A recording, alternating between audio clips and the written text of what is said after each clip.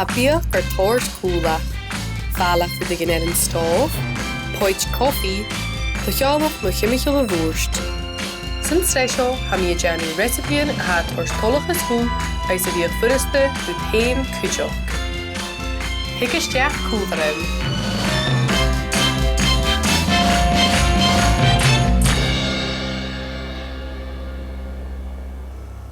Ha mi ar tóir míl seach in a dhéanú ar sunt mo cheolach ach sé seo fér a ha cóir de ruagu mór ais a fisacum go miú hain díroch o mesala.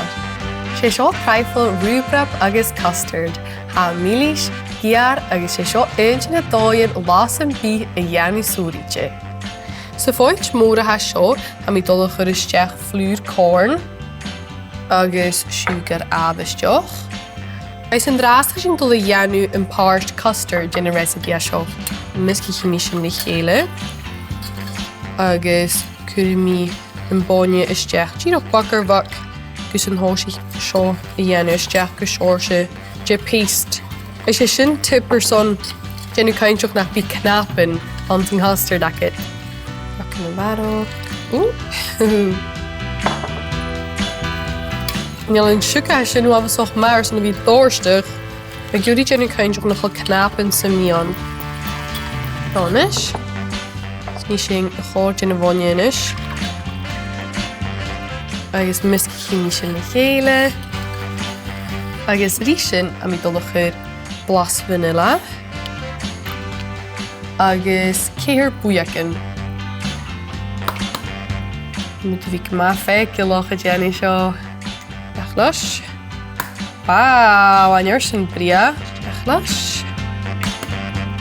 Leis an bheith bíarach. Dechlas. Ok. Agus rí sin mi dul chur back an saling. Ais heid seo in nálchan an cés. Scusin sin suas go chés mi anoch agus rúd go mac út moch mi gén seo hau giúri go bhalú go bhí a dhéanú muscacha ar fatan hiúil. Fang sin giúri knap in an custard aking. So stópa mi seo rúd an dórinneoch ach féime a bhí fáte noch híteoch. An custard aking in is de seol ar seo, wat you heen gita am panna che. Is mar sin a mi dul a ggóirsteach seo, deach go bóda olive. Gus a fuiriche. Níl sam cumar a héad seo.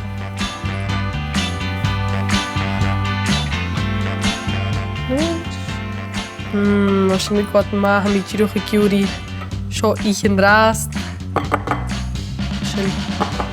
Sin leor. Ais héad seo is deach gan a fridger san fuirichach.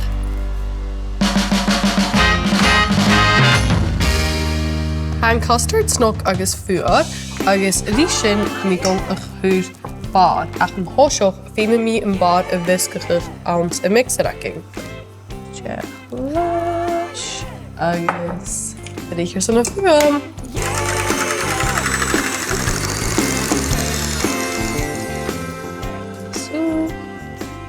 Perfect. A mi tíroch lo scrípach bacan gin an bar isteach gan a bhóda.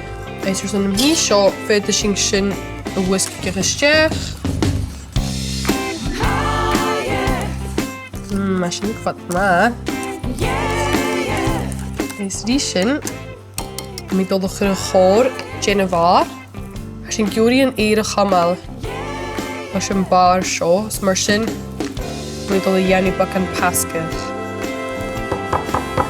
Tánis.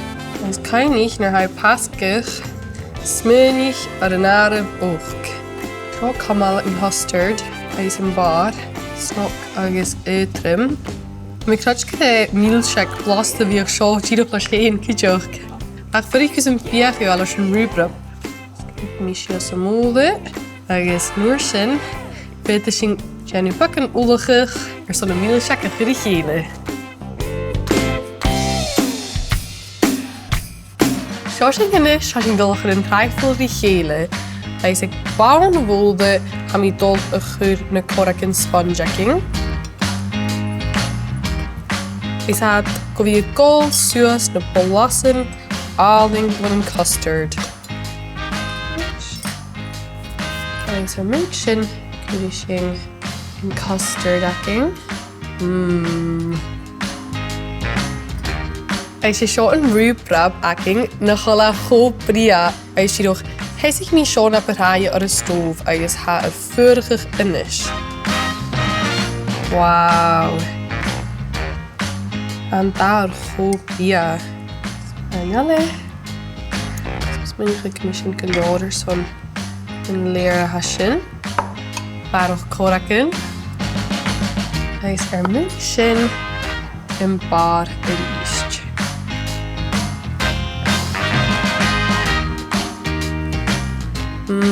De leer is goed bria. Hij is riest. Een rhubarb. Han daar als je nog doel gratje joh, gaat je nog goed pink. Skill hem heen rhubarb, laat je laten dikken jaar. Dus ben ik niet nog een horstje. Manes. Ik jorik fietje net daarheen. Ar ore voelde. Hij is apper boulder zo'n show. Hij is afvis uit de nisch meer haar gaan niet meer inschuut. Perfect. Een piece custard mee jaren voor een woelig. Nisch. Dit is een chintje op een woelig, het chintje op een voelde. Chintje wat margarita. Dollig het raspberries giro chimichel ar an nóir am is mennecha. Ha mi hín go má jail ar raspberries or gladríist, wa can giar a chas milis. Mar sin hat dul gol cúlarí sin custard, ais an rhubarb ó agus ó chéma. Cónach bíag tolit leis seo. Oh, I'm fast excited. Ach, fé mi fyrir ga seo gan a fridge, so ha bechor go fast ro excited and drast. Gino. En het triade. Heb ik wel zo'n soerietje akkoord. Zo niks en jij me jarig. En je ziet nog er zo'n finishing touches. En ik doe het super goed op hier boven. Wauw. Nu zeg je heel zaken hashin. Hij is shin, maar dan gaan ze het showstopper. Agus in de shot me een recipe zo wil doe janu runnen uit als je nog veel maakt kale janu af Spanje. Giro maakt me heen.